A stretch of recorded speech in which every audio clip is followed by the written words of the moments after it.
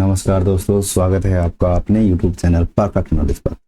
आज हम ले आए हैं इकोनॉमिक्स एस्टेट 2021 का प्रीवियस ईयर क्वेश्चन पेपर, जहां हम सीखेंगे ऐसे ऐसे कंसेप्ट कि फिर आपको दोबारा उस पर काम करने की ज़रूरत नहीं रहेगी, क्योंकि हम ये मान करके चलते हैं कि पढ़ो ऐसा कि फिर पढ़ना ना पड़े। चलिए शुरू करते हैं। आज का हमारा पहला क्वेश्चन 91 क्वेश्चन जो है वो हम निकाल लेते हैं। आई थिंक जल्दी ही वो हमें मिल जाएगा। देखिए पहला क्वेश्चन क्या कहता है। पहला क्वेश्चन कह रहा है कि भारत में औद्योगिक वित्त के क्षेत्र में सर्वप्रथम स्थापित संस्था कौन सी है, यानी कि which is the first established body in the field of industrial finance in India. तो दोस्तों, जब हम इंडस्ट्रियल फाइनेंस की बात करते हैं तो हम बात करते हैं industrial finance corporation of India, IFCI।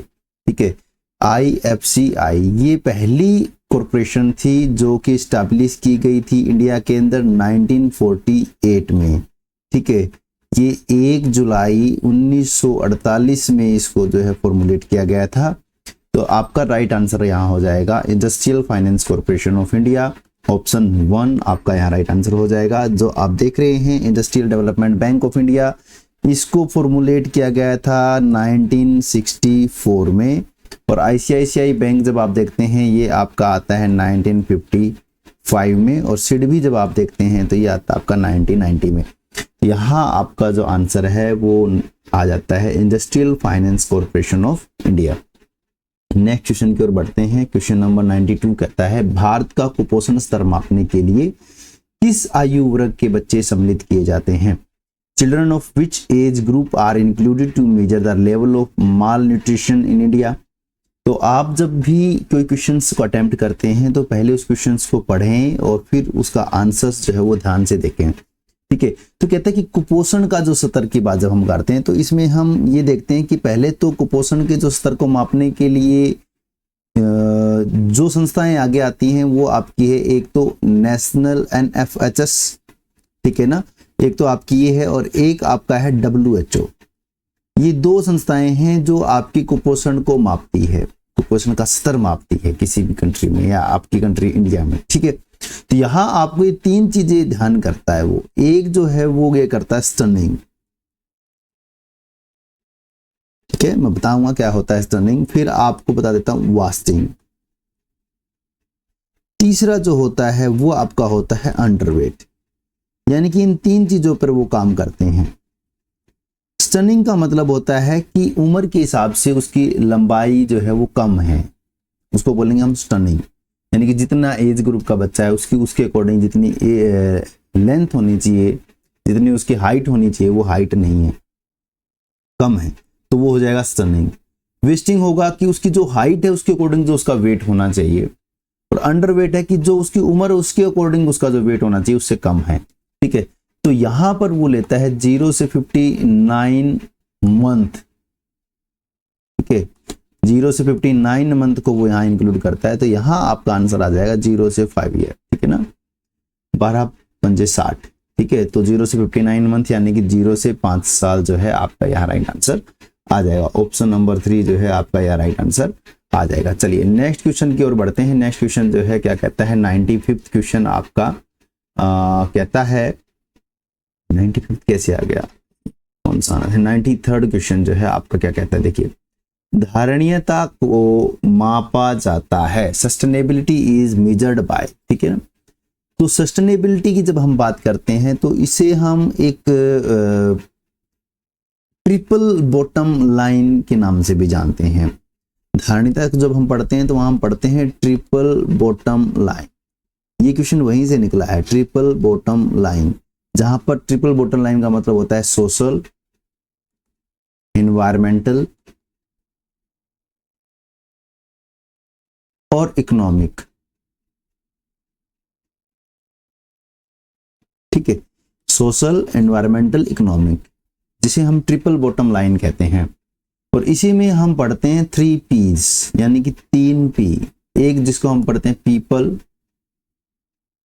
एक हम पढ़ते हैं प्लेनेट, और तीसरा हम पढ़ते हैं प्रॉफिट। ठीक है, तो 3 P's ट्रिपल बॉटम लाइन, तो यहाँ आप देख पा रहे हैं सोशल, इन्वायरमेंटल, इकोनॉमिकल, ये तीनों चीजें आपको देखने को मिल रही है। सामाजिक पर्यावरण ठीक है, सामाजिक आर्थिक ठीक है, लेकिन यहाँ आप देखेंगे सामाजिक पर्यावरण आर्थिक तीनों सिद्धांतों का आकलन करके, तो ऑप्शन नंबर 3 जो है आपका यहाँ राइट आंसर हो जाता है। ठीक है, नेक्स्ट क्वेश्चन की ओर बढ़ते हैं। नेक्स्ट क्वेश्चन 94th क्वेश्चन कहता है आर्थिक सर्वेक्षण 2021 के अनुसार वित्त वर्ष 2020-2021 के दौरान निवेश के लिए उदीयमान बाजारों में से सबसे पसंदीदा देश जो है वो कौन सा रहा? According to economic survey 2020-21 most preferred country among emerging market for investing during financial year, ठीक है, 2020-21 इज, ठीक है। तो यहाँ आपको ये ध्यान करना है कि आपको ये ध्यान ही है कि इंडिया जो है बड़ा अमर्जिंग मार्केट रहा 2020-21 के दौरान। जब आप कोरोना काल के तुरंत बाद देखते हैं तो इंडिया के अंदर बहुत ज़्यादा FDI एंड FII, ठीक है, FPI, इनका जो है बहुत ज़्यादा मात्रा में निवेश जो है, इन्वेस्टमेंट जो है आपको देखने को मिला था, यानी कि बहुत ज़्यादा इनफ्लो आपको देखने को मिला था। तो यहाँ आपका राइट आंसर आ जाएगा भारत, इंडिया। ठीक है, चलिए नेक्स्ट क्वेश्चन की ओर बढ़ते हैं। क्या कहता है नेक्स्ट क्वेश्चन? क्वेश्चन नंबर 95 कहता है ग्रामीण विकास हेतु राष्ट्रीय बागवानी मिशन कब प्रारंभ किया गया था? तो पहली बात तो मैं आपको ये बता दूं कि राष्ट्रीय बागवानी मिशन जो है वो सेंट्रल स्पॉन्सर्ड स्कीम है, ठीक है ना, सेंट्रल स्पॉन्सर्ड स्कीम है, ठीक है, सेंट्रली स्पॉन्सर्ड है। और इसकी जो शुरुआत है वो की गई थी मई 2005 में। और जब आप 2005 की बात करते हैं तो ये आपका आता है 10th 5-year plan, 10th 5-year plan. तो यहाँ ये कई बार ये क्वेश्चन भी बन जाता है कि कौन से 5-year प्लान के अंदर जो है राष्ट्रीय बागवानी मिशन की शुरुआत की गई थी। तो 10वें 5-year प्लान के दौरान मई 2005 में की गई थी। कौन सी स्कीम है? तो सेंट्रल स्पॉन्सर्ड स्कीम है, ठीक है। तो यहाँ आप ये ध्यान करेंगे। चलिए नेक्स्ट क्वेश्चन की ओर बढ़ते हैं। क्वेश्चन नंबर 96 जो है वो क्या कहता है? कहता है बैंक दर जो है वो क्या है? What is bank rate? तो पहला जो है वो कहता है कि जिस दर पर केंद्रीय बैंक प्रतिभूतियों की पुनर्कटौती करता है, यस। दूसरा ऑप्शन देख लेते हैं, कहता है कि जिस पर बैंक ऋण देते हैं, नहीं, जो बैंक ऋण देते हैं वो तो आपका लेंडिंग रेट या आप इसको इंटरेस्ट रेट भी बोल सकते हो। कमर्शियल बैंक से जब हम लोन लेते हैं, यानी कि जो कमर्शियल बैंक है जब वो लोन देते हैं तो वो बैंक रेट पे थोड़ी नहीं देते हैं, वो तो लेंडिंग रेट या इंटरेस्ट रेट पे देते हैं, ब्याज दरों पे देते हैं हमें, ठीक है। तो ये ऑप्शन आपका गलत हो जाएगा। जिस दर पर बैंकों के मध्य लेन देन, वो तो इंटर या फिर उसको जो है वो कॉल मनी आई थिंक उसको बोला जाता है, तो वो आप ध्यान कर लेंगे। ये भी आपका सही नहीं है। दीर्घकालीन जमाओं पर बैंक नहीं, ये आपका रेपो रेट की बात कर रहा है। तो आपका ऑप्शन नंबर 1 जो है यहाँ राइट आंसर हो जाता है कि जिस पर केंद्रीय बैंक जो है प्रतिभूतियों की पुनर्कटौती करता है, रीडिस्काउंट जो है सिक्योरिटी का करता है, बैंक दर जो है उसे कहा जाता है। तो ऑप्शन नंबर 1 जो है आपका यहाँ राइट आंसर हो जाएगा। नेक्स्ट क्वेश्चन की ओर बढ़ते हैं। नेक्स्ट क्वेश्चन जो है वो क्या कहता है? क्वेश्चन नंबर 97 जो है वो आपका क्या कह रहा है, देख लीजिए। कहता है कि 1991 के पश्चात भारतीय अर्थव्यवस्था के समरूप में परिवर्तन के बारे में असत्य कथन कौन सा है? Which is a false statement about the change in the nature of Indian economy after 1991। तो आप देखते हैं कि 1991 के बाद भारत में जो विदेशी पूंजी है उसका इनफ्लो जो है वो बढ़ गया। यस, ये तो सत्य बात है। And increase in the rate of economic growth, और इकोनॉमिक ग्रोथ भी बढ़ गई, ये भी सही बात है। Increase in the volume and rate of export, तो निर्यात की मात्रा और दर दोनों में वृद्धि हुई। यस, ये भी सही है। तो फिर ये कहता है कि निर्यात में विविधीकरण में कमी आ गई, नहीं। एक्सपोर्ट डाइवर्सिफिकेशन हो गया, लैग नहीं हुआ, वो तो बड़ा डाइवर्सिफिकेशन हुआ। तो यहाँ आपको वो कह रहा है कि असत्य कथन बताना है। तो ये आपका 4th ऑप्शन जो है वो यहाँ राइट आंसर हो जाएगा। असत्य कथन जो है आपका लैक ऑफ एक्सपोर्ट डाइवर्सिफिकेशन है। चलिए नेक्स्ट क्वेश्चन आप देख लेते हैं। 98th क्वेश्चन क्या कहता है, देखिए। Pay attention to the following data, ठीक है, pay attention to the following data. आप यहां देख पा रहे हैं क्या कहता है कि 2019 में चावल की कीमत जो है वो 55 है, 2020 में 60 है, 21 में 65 है। तो वर्ष 2021 के लिए श्रृंखला आधारित सूचकांक क्या होगा? यहाँ आपको ध्यान करना है, इसने जो है श्रृंखला आधारित सूचकांक पूछा है, यानी कि pay attention to the following data, the chain based index number, chain based index number, ये आपको ध्यान करना है क्योंकि यहीं से जो क्वेश्चन है उसमें थोड़ा हुक है। ठीक है, देखिए क्या हुक है, समझ लीजिए। जब आप इंडेक्स नंबर की बात करते हैं तो आप बात करते हैं कि एक होता है आपका करंट ईयर और एक आपका होता है बेस ईयर। जब आप इनको जो है अनुपात करके 100 से मल्टीप्लाई कर देते हैं तो आपका इंडेक्स नंबर आ जाता है, आप निकाल लेते हैं। लेकिन यहां पर एक वर्ड यूज किया गया चेन, तो जब चेन की बात करते हैं, ठीक है, तो वहां हम जो है चेन बेस्ड में क्या करते हैं कि लास्ट जो प्रीसीडिंग ईयर जो होता है आपका, ठीक है ना, उसको हम शामिल कर लेते हैं। यानी कि हर साल आपका जो बेस ईयर है वो चेंज होता रहता है। ठीक है, तो हर साल आपका बेस ईयर चेंज होता रहता है, यानी कि इसकी अगर आपको निकालना है तो इसका बेस ईयर जो है वो आपका 2020 बनेगा। अगर आपको 2020 का निकालना है तो आपका बेस ईयर जो है 2019 बनेगा। तो आपको समझ में आ गया होगा कि बेस ईयर यानी कि उसका प्रीसीडिंग ईयर। यहां आपको क्या करना है, current year divide by preceding year into में 100। तो करंट ईयर आपका कितना है, 2021 का निकालना है, तो 21 का कितना है 65 डिवाइड बाय कितना है 60 इनटू में 100। तो आप यहाँ देखेंगे 65 60 100, ऑप्शन नंबर 1 जो है आपका यहाँ राइट आंसर हो जाता है। यही आपको जो है ये देखने को मिल रहा है, ये वाला जो फॉर्मूला है आपको ये भी देखने को मिल रहा है। 65 बेस ईयर आपको हो सकता है ये गिवन हो, तो आप कहेंगे 55 इंटू में 100, 65 55 इंटू में 100। ऑप्शन नंबर 2 जो है आपको यहाँ देखने को मिल रहा है।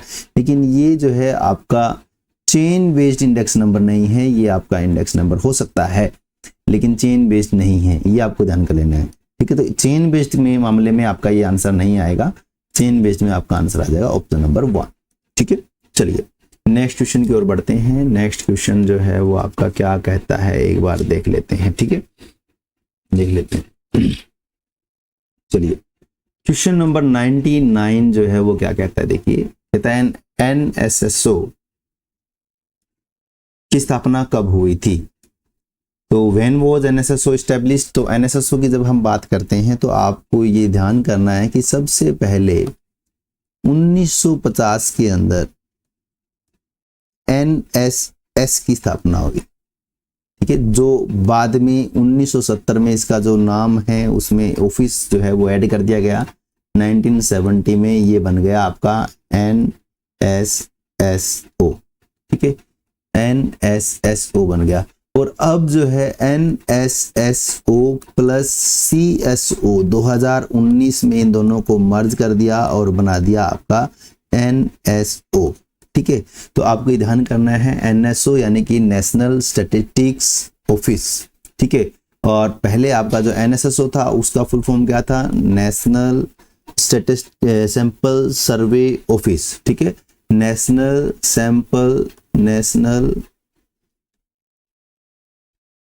Sample survey office. और जो CSO था वो था आपका सेंट्रल स्टैटिस्टिकल ऑफिस। ठीक है, तो यहाँ आपका जो आंसर है वो ये 1950 मांग रहा है, तो ऑप्शन नंबर 1 आपका जो है यहाँ राइट आंसर हो जाएगा। चलिए नेक्स्ट क्वेश्चन की ओर बढ़ते हैं। नेक्स्ट क्वेश्चन क्या कहता है, अनवरत योजना रोलिंग प्लान को भारत में लागू करने का श्रेय किसे दिया जाता है। Who is credited with implementing the rolling plan in India? तो जब हम रोलिंग प्लान की बात करते हैं तो यहाँ हम बहुत जल्दी से आंसर कर देते हैं कि गुरनार मेडल।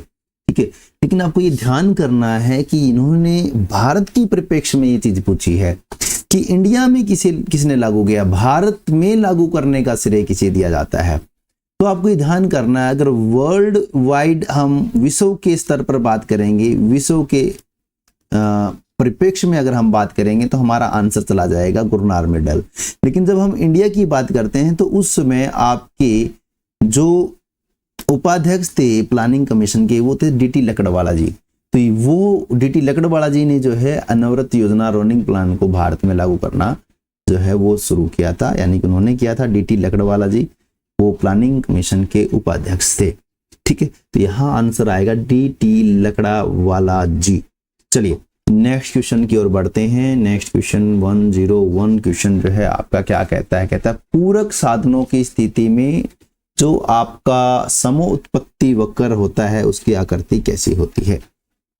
तो जब हम देखेंगे परफेक्टली कॉम्प्लीमेंट्री गुड्स होती हैं या फैक्टर होते हैं तो आपका जो आइसो क्वांट है वो कैसा बनेगा। आपको पता है परफेक्ट कॉम्प्लीमेंट्री में आपका जो आईसी कर्व है वो ऐसा बनता है। तो वहां पर हम जो है दो गुड्स परफेक्ट कॉम्प्लीमेंट्री लेते हैं, यहाँ पर हमने दो परफेक्ट फैक्टर्स को कॉम्प्लीमेंट्री ले लिया है। तो यहाँ आप देखेंगे कि यहाँ पर आपको जो आइसोक्वांट है वो भी किस प्रकार का बनेगा, वो एल शेप का बनेगा। ठीक है, तो एल शेप आपका यहाँ राइट आंसर आ जाएगा। एल आकृति का इसे लियोनतीफ का जो है आइसोक्वांट भी कहा जाता है, आइसोक्वांट कहा जाता है, जहां पर मार्जिनल रेट ऑफ ट्रांसफॉर्मेशन जो है MRTS जो है वो क्या होगा आपका 0 होगा। ये आपको ध्यान कर लेना। ठीक है, तो ऑप्शन नंबर 1 एल आकृति आपका यहाँ राइट आंसर हो जाएगा। चलिए नेक्स्ट क्वेश्चन की ओर बढ़ते हैं। किस सूचकांक को आदर्श सूचकांक कहते हैं। तो हम सभी पढ़ते हैं कि जो लास्पेयर का सूचकांक है वो ओवर एस्टिमेटेड है और जो पाश्चे का है वो आपका अंडर एस्टिमेटेड है। लेकिन जो फिशर का आपका सूचकांक है वो आपका जो है वो आइडियल सूचकांक है, आइडियल इंडेक्स नंबर। ठीक है, आइडियल इंडेक्स क्यों, क्योंकि ये TRT यानी कि time reversal test plus FRT यानी कि फैक्टर रिवर्सल टेस्ट दोनों को संतुष्ट करता है, दोनों को सेटिस्फाई करता है। इसलिए ऑप्शन 3 जो है आपका फिशर इंडेक्स, जिसको हम आइडियल इंडेक्स के नाम से जानते हैं, राइट आंसर आ जाएगा। नेक्स्ट क्वेश्चन की ओर बढ़ते हैं। क्वेश्चन नंबर 103 जो है वो क्या कहता है, कहता है जिन वस्तुओं पर आय का बहुत छोटा अंश खर्च किया जाता है उन वस्तुओं की मांग लॉस। देखिए जब भी हम इनकम इलास्टिसिटी की बात करते हैं, इनकम की बात करते हैं रिस्पेक्ट में, तो हम ये देखते हैं कि जो फूड संबंधित चीजें हैं या जो नेसेसरी चीजें हैं, जो एसेंशियल चीजें हैं, जो बहुत जरूरी चीजें हैं, उनके ऊपर हमारा इनकम का प्रोपोर्शन जो है वो कम होता चला जाता है, जिसको हम इनकम लॉ ऑफ एंजल जो है कहते हैं। तो यहाँ पर आपको पता ही है कि यहाँ पर इलास्टिसिटी जो होती है आपकी वो बेलोसदार होती है या इन इलास्टिक होती है। ठीक है, तो आपका आंसर आ जाएगा option number 3 in elastic. Next question की ओर बढ़ते हैं। क्वेश्चन नंबर 104 अल्पकाल में फर्म की उत्पत्ति बढ़ने से कौन सी लागत सदैव घटेगी। तो आपको पता है कि जब भी आपकी कोई प्रोडक्शन बढ़ता है, जब भी किसी फर्म का प्रोडक्शन इंक्रीज होता है, तो प्रोडक्शन इंक्रीज होने से उनकी जो AFC है वो लगातार कम होती चली जाती है। तो मैं इसको एक कर्व जो है वो आपको मैं दिखा रहा हूँ। यहाँ पर आप AVC को देखेंगे, ये आपका AVC कर्व है।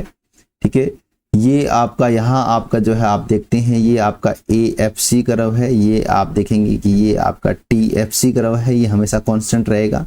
तो AVC देख लिया, AFC देख लिया, AFC AVC TFC तीनों कर्व आपने देख लिया। तो आप देख रहे हैं कि कौन सा कर्व जो है लगातार कम हो रहा है, वो आपका AFC कर्व जो है वो लगातार कम हो रहा है। तो आपका ऑप्शन नंबर 2 जो है AFC यहाँ पर राइट आंसर हो जाएगा। तो अभी तक जितने भी हमने क्वेश्चन किए हैं उनमें से कितने क्वेश्चन जो है आपके राइट है, कमेंट बॉक्स में जरूर लिखिएगा। मिलते हैं नेक्स्ट वीडियो के पार्ट 2 में, जल्द ही मिलेंगे। तब तक के लिए धन्यवाद। जय हिंद, जय भारत। दोस्तों जुड़े रहिए परफेक्ट नॉलेज से, लाइक कीजिए, शेयर कीजिए, सब्सक्राइब कीजिए। जय हिंद, जय भारत।